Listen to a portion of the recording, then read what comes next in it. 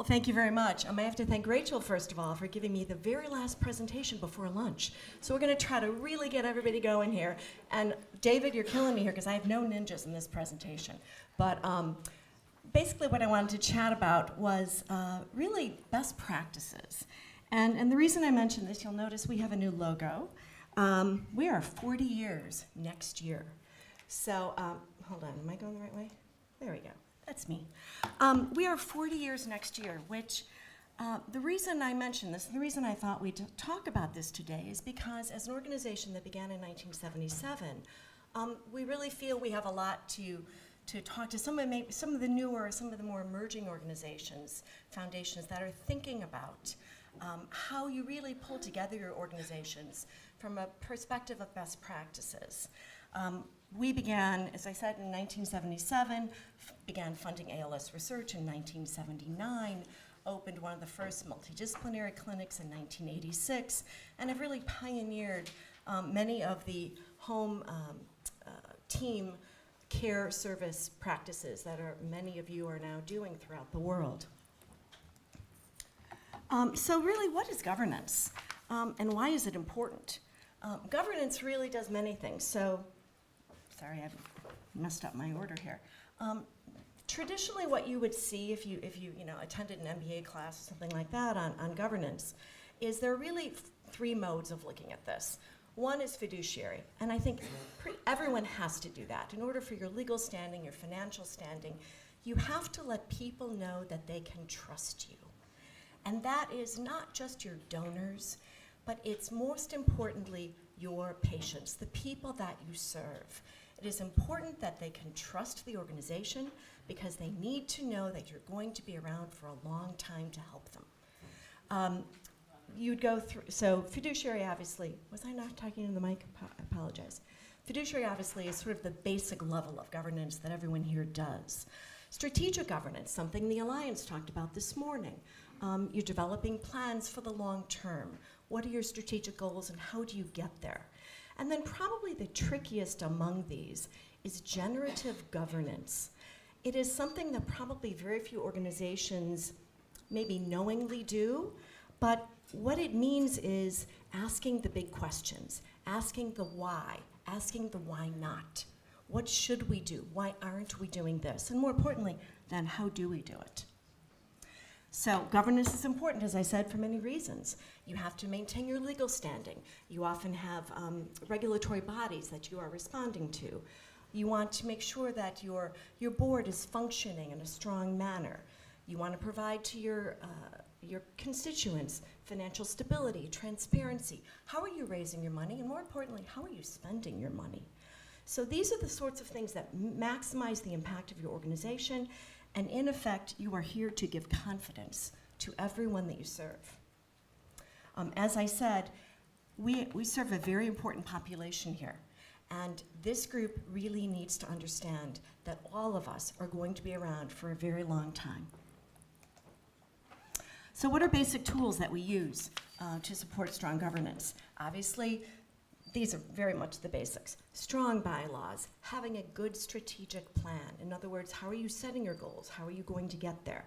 And then, of course, there are all sorts of tactical policies that we all, I'm sure, have buried in our bylaws somewhere. But it's good to take these off and dust them off and really refresh them and look at them.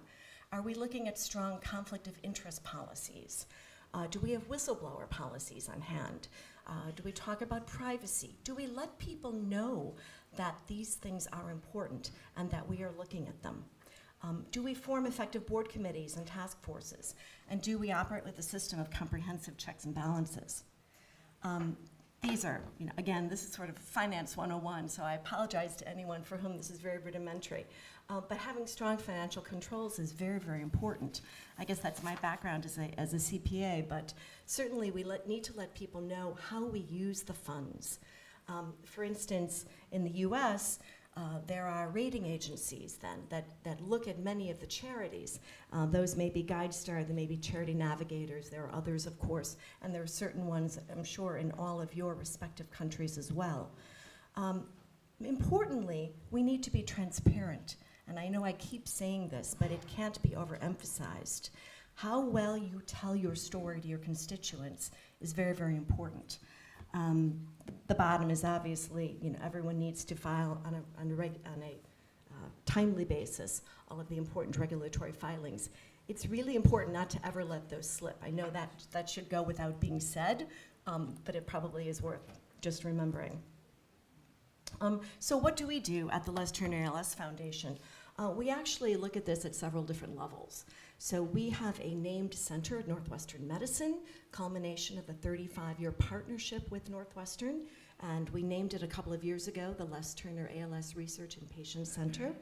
So we have a very structured research grant process that's actually really administered at 2 different levels. So the Advisory Council is a group of executives at the Les Turner ALS Foundation and members of the medical school. That's our internal governing body. We also have an external advisory board, which is really a broad group of top ALS scientists, about 6 of them at this moment, around the states. So we have a couple different levels of governance there. That's our board. This is really just an example board committee structure. We rely on a very strong committee basis in order to improve the structure of the work that our board is doing. This is a group of various committees, which I'm sure many of you have with your organizations, but if you don't, it's something to think about establishing. Honestly, this is probably the most important take-home, which is really to listen to our stakeholders. So in terms of doing that, and I'm so pleased to see so many people with MND here in this meeting today. So this organization, the Alliance, has taken upon itself to know that we need to listen to those whom we're serving. Many organizations choose to add people with ALS or their family members onto a board or an advisory council. I just thought I'd show a little bit of how we use transparency, the Les Turner ALS Foundation. This came off of last year's annual report. It's really a sense of how we raise our funds. So if you look at the revenue in the pie chart here, are the sources of our funds. We receive less than 1% government money, so everything is privately raised. And how we spend our money. So what really is very, very important to the people we are trying to raise money from and those we serve is how we're spending our money. So this was from 2015. We had nearly 60% to research or endowment at our center. We had over 10% to funding our clinic and about 15% of our patient and family services. That including about 3% of research, of education rather. So when you added it up, we had about 88 cents, of every dollar spent last year directly funded our programs. And since we've begun, we've raised over $64 million to support ALS.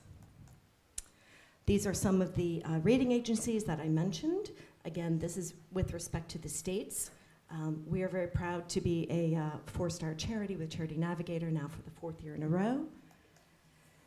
And I'm going to end with Michelle Crockett, who's a wonderful person living with ALS. And she gave us this lovely quote about, I'm just going to read it, "The only light in this dark period has been her family and friends and the foundation." And truly she felt that we are her guiding light. And really, we all need to remember that is what we are providing to everyone. So thank you very much.